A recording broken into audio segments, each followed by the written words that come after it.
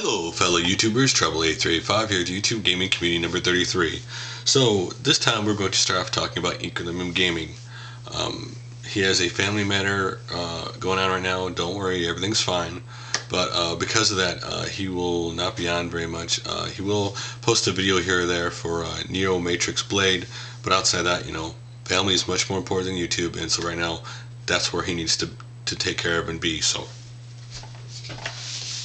now, the next thing I want to talk about real quickly is about a couple months ago, somebody had sent me a personal message on, oh, you'd get a partnership because you have YouTube in the front of your name, you know, blah, going on and on from there. And so, just for the fun of it, I applied for a partnership to prove them wrong. Well, I got my reply back on the 10th, being turned down, which was fine.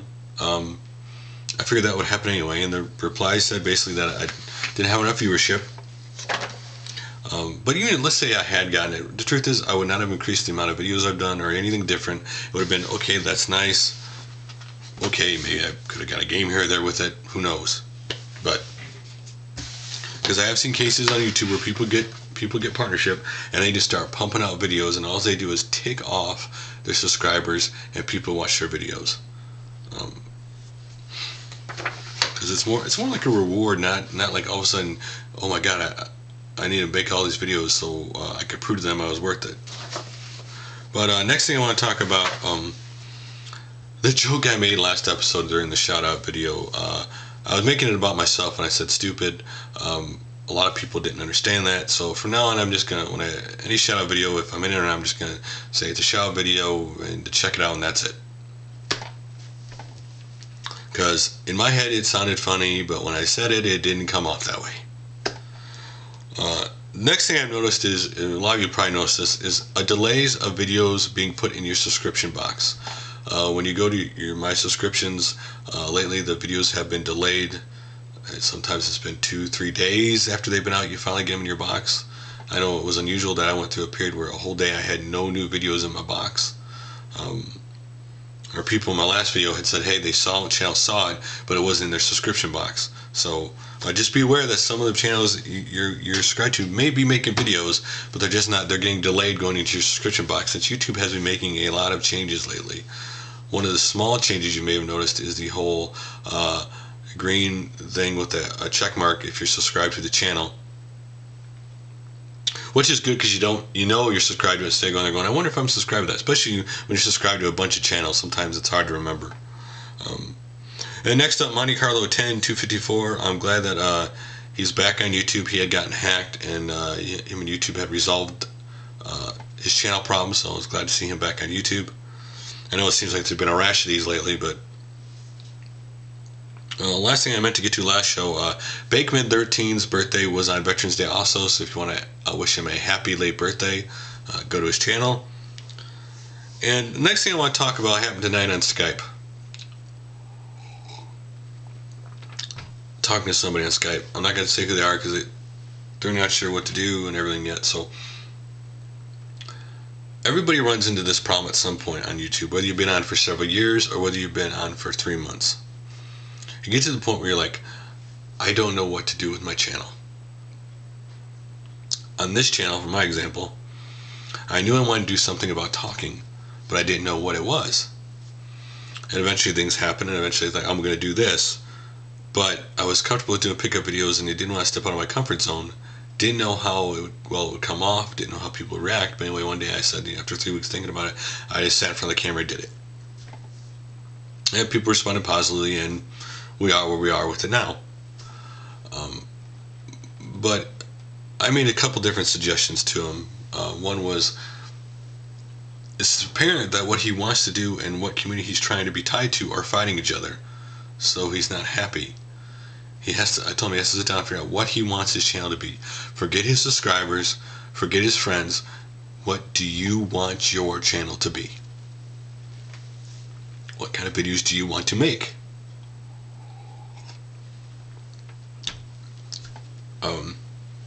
Or if he likes what's going on with that channel, then maybe make another channel and just experiment there until you find out what you like to do. Again, there's no wrong way to do it. Some people have multiple channels, do different things. Other people have a bunch of different things on one channel.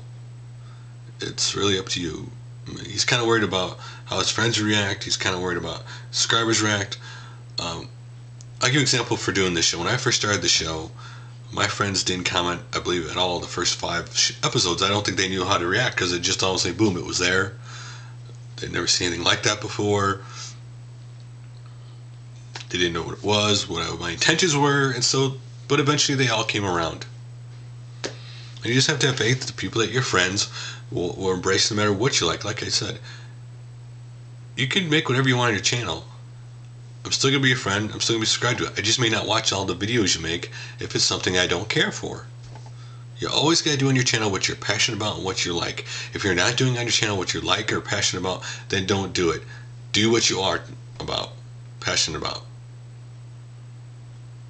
And if the people who are sub to your friends can't handle that, then they weren't your friends and shouldn't have been subscribed to you in the first place. So, let's talk about channels you want to check out. And the first one is TvandLust hanging out with Gamester81.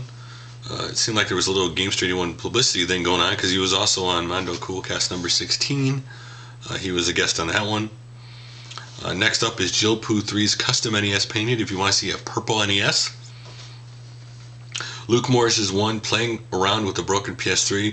Like all of his videos, he goes real technical into, you know, here's what condition the system is, here's what I tried to do to it. If you want like that kind of stuff. Next, HitomiLove, massive update, Artbooks and Guidebooks Part 1, complete coverage of September and October. If you want to see someone who went overseas and got a bunch of cool art book and video game guidebooks, check that out. Next, GoodWillGamersShow channel. He has the GoodWillGamersShow Episode 2, E.T. and the Community Shelf. They're attempting to get the biggest collection of E.T. games in the world, and yes, I'm talking E.T. as in the Atari 2600 E.T. Next up is Monte Carlo 10 254's new Xbox 360 controller. If you haven't seen it, check that out. Next up is Phreakindee's Keypunch games on the IBM 5150 Part 1 LGR.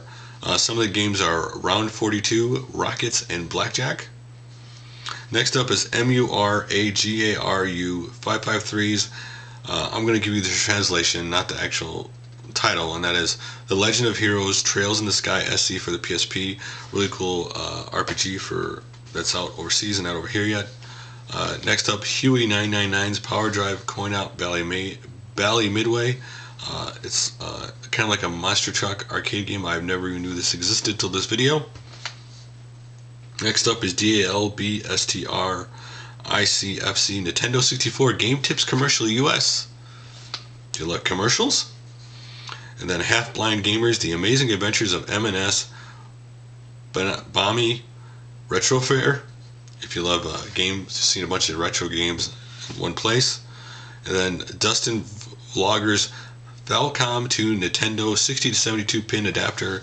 He opens up some of the Nintendo games. If you actually open them up, the NES games, there's actually an adapter inside of them.